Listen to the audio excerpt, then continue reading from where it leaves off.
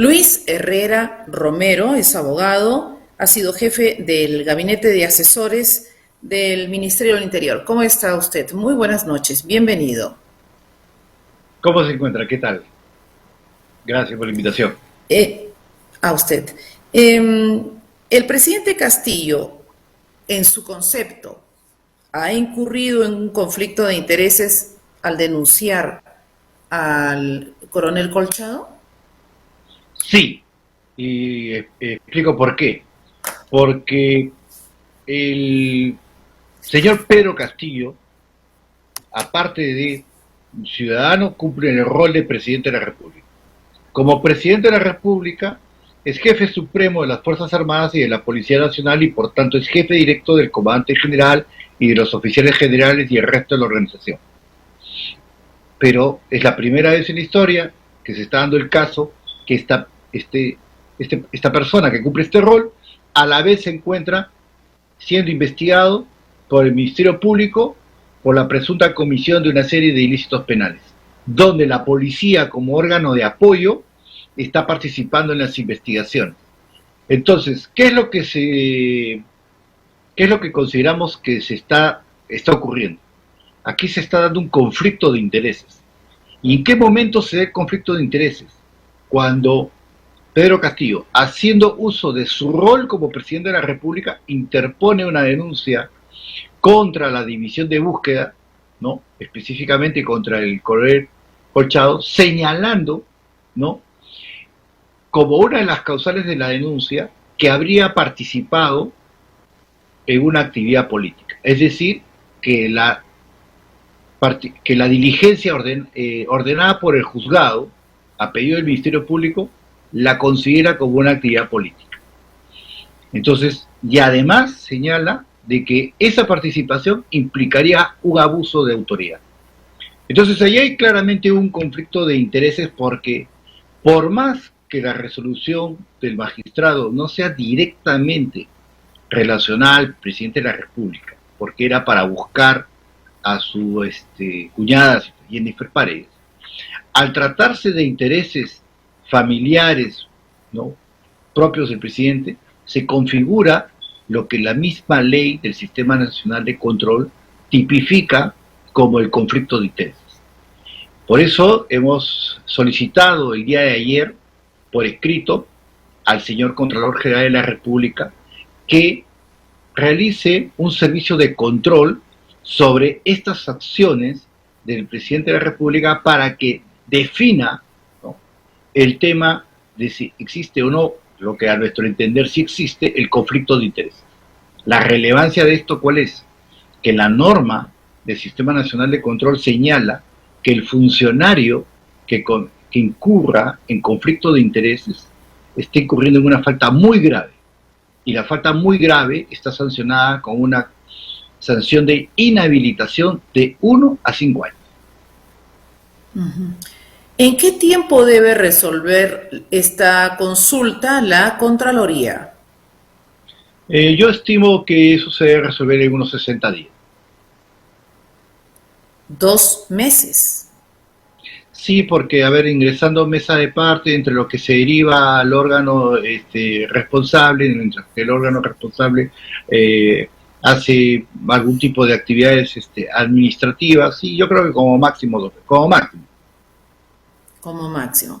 El Sí. camino, suponiendo, atendiendo y siguiendo estos pasos, ¿qué corre después? Igual, dejar todo en el Congreso de la República. Claro, ¿qué sucede? Lo primero lo que hay que explicar es que todo el marco legal que tipifica y sanciona los conflictos de intereses está expresamente señalados en el Sistema Nacional de Control. Lo que sucede claramente es que cuando estas normas fueron aprobadas, nadie pensaba que esto podía alcanzar, ¿no?, a la máxima autoridad administrativa del país, en este caso el presidente de la República.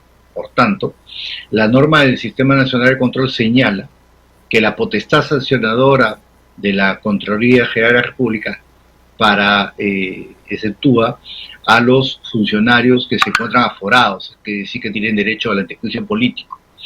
¿no? Entonces, bajo esa interpretación, en la misma lógica de lo que ha sucedido con el informe de control relacionado a la vicepresidenta, la señora Dina Boluarte, la Contraloría lo que tendría que hacer es remitir ese informe de control al Congreso de la República para que el Congreso de la República inicie el procedimiento, ya en este caso de sanción. ¿Por qué? ¿Bajo qué causal? Bajo la que señala el artículo 113 de la Constitución, inciso segundo, que habla del tema de la vacancia por incapacidad moral permanente. ¿Y por qué?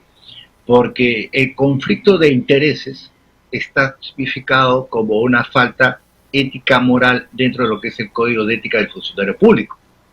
Entonces, ahí viene por eso es que la importancia de que este tema se defina a nivel del Sistema Nacional de Control, ¿no? Correcto.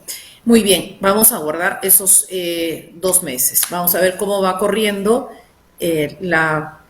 con qué velocidad puede resolver esta consulta. Quiero pasar a aprovechar de su Perdóneme.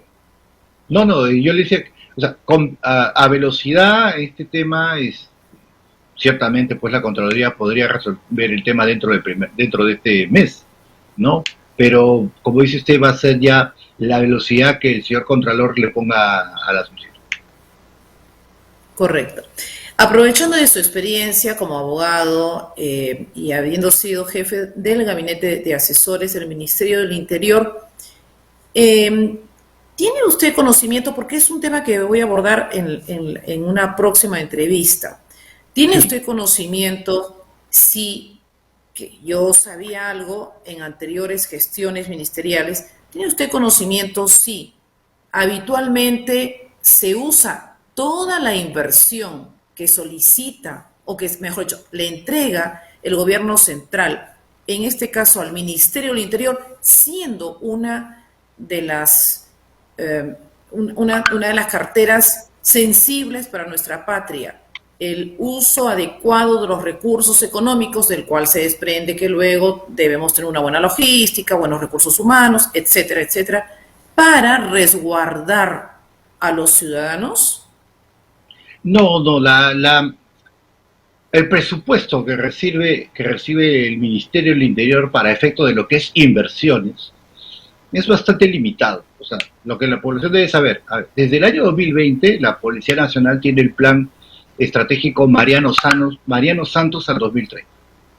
El Mariano Santos determinó una brecha de inversión de 16.300 millones de soles en diversas áreas, como es lo que es infraestructura, equipamiento, sistemas, y en lo que es infraestructura y equipamiento, tanto en el campo operativo, en el campo del servicio policial, en el campo de la salud, en el campo de la educación, de todo lo que es la Policía Nacional a nivel nacional, y en una proyección de crecimiento al 2030. El presupuesto que recibe el Ministerio del Interior al año está en un promedio de 200 millones. Ahora, lo que sucede es que estos presupuestos, por reglas también del Ministerio de Economía y Finanzas, hay presupuestos que se encuentran amarrados a proyectos que están en proceso de ejecución, mientras que estos proyectos no sean cerrados, liquidados, de manera ya final, los montos de estos proyectos quedan como retenidos. En la práctica este año cerca de 26 millones de soles es lo que el ministerio ha manejado. Entonces comprenderá usted que 26 millones de soles para poder subsanar una brecha de 16.000 millones es pues un importe diminuto para poder enfrentar toda la problemática, ¿no? Entonces esa es la realidad presupuestal frente a la que nos enfrentamos. Pero el tema esencial del tema de la seguridad ciudadana es que hay que separar aquí dos planos, ¿no? Una son las acciones directas relacionadas al tema de la seguridad y las acciones de apoyo. Entonces, las acciones directas, muchos lo llaman que es la capacidad del Estado realmente de morder en el aspecto de seguridad, que el delincuente sienta ese temor de decir, caramba, o sea, si yo delinco, me voy a ir preso. Eso es algo que el Estado ha perdido. Y lo ha perdido en el transcurso de los años por diversas razones. Por normas procesales excesivamente garantistas que le han quitado la capacidad de sanción rápida al Estado, ¿no? Por la corrupción obviamente desbordante que tenemos a nivel nacional y que todo el mundo la visualiza y que hace un poco vamos a decir, como de un colchón general de ese famoso si ellos roban porque yo no, ¿no? ¿No? O sea, son aspectos, vamos a decir, los aspectos centrales. El aspecto central de la seguridad es poder otorgarle, devolverle al Estado su capacidad de accionar. Y las de apoyo son el tema de la implementación, por ejemplo, de las cámaras, del patrullaje, ya la parte de lo que es el equipamiento, la infraestructura, que o sea, nosotros podemos gastarnos cientos de millones en infraestructura y equipamiento. Pero si el delincuente sigue teniendo puerta abierta y no le tiene temor a la ley, va a seguir delinquiendo. Muy bien, correcto. Bueno, pues la gran situación que hay que resolver. Muy bien. Le agradezco esta apreciación que me acaba de hacer y, bueno, aguardaremos a este tiempo que se requiere para dar una respuesta concreta que debe darnos a todos la Contraloría General de la República. Muchas gracias y que pase una buena noche, abogado Luis Herrera Romero. Muchas gracias. Hasta pronto.